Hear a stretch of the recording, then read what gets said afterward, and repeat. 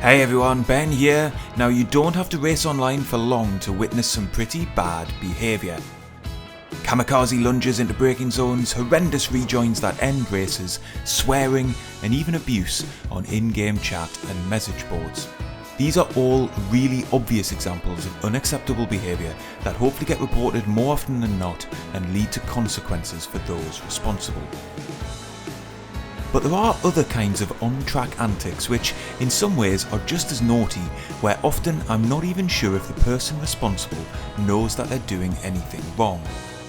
If I think back, I know I found myself in that situation when I was new to sim racing. And even if those involved do know that they're transgressing, they probably go unpunished most of the time. But as a couple of my recent races show, this can have disastrous consequences. Let's take a look. Okay, so when does a defensive line become a weave and then become a deliberate block?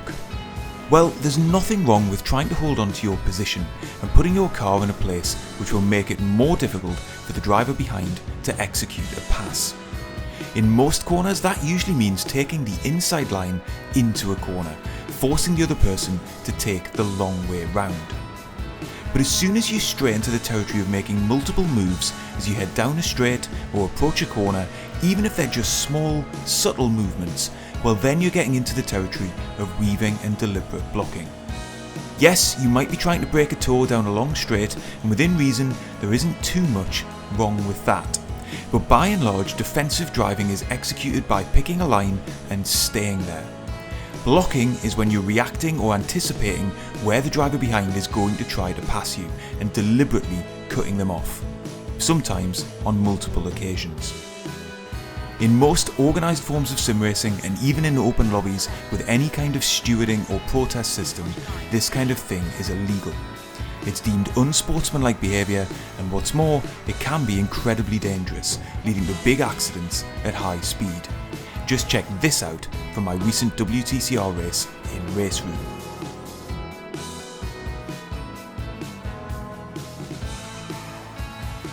So by all means, do what you can to hold on to your position, but don't make multiple moves. Pick a defensive line and stick to it.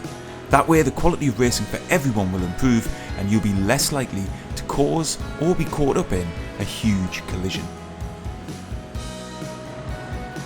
Spatial awareness is one of the key skills needed to compete in real or virtual motorsport, including at the very highest level. Just take a look at Lewis Hamilton's collision with Fernando Alonso at Spa this year.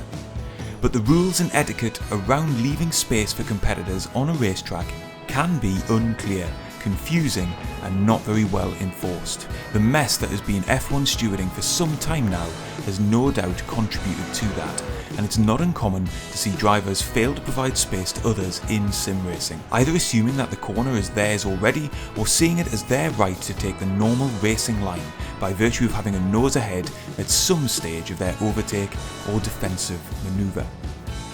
The reality is, if a car's alongside you, then they've earned the right to space on track. Things get trickier when you factor in late lunges and dive bombs, but in the majority of situations you don't have a God-given right to resume the racing line or run the other driver out of space through or on the exit of the corner just because you might have a nose ahead. And the reality is, it's really dumb to try and do that anyway.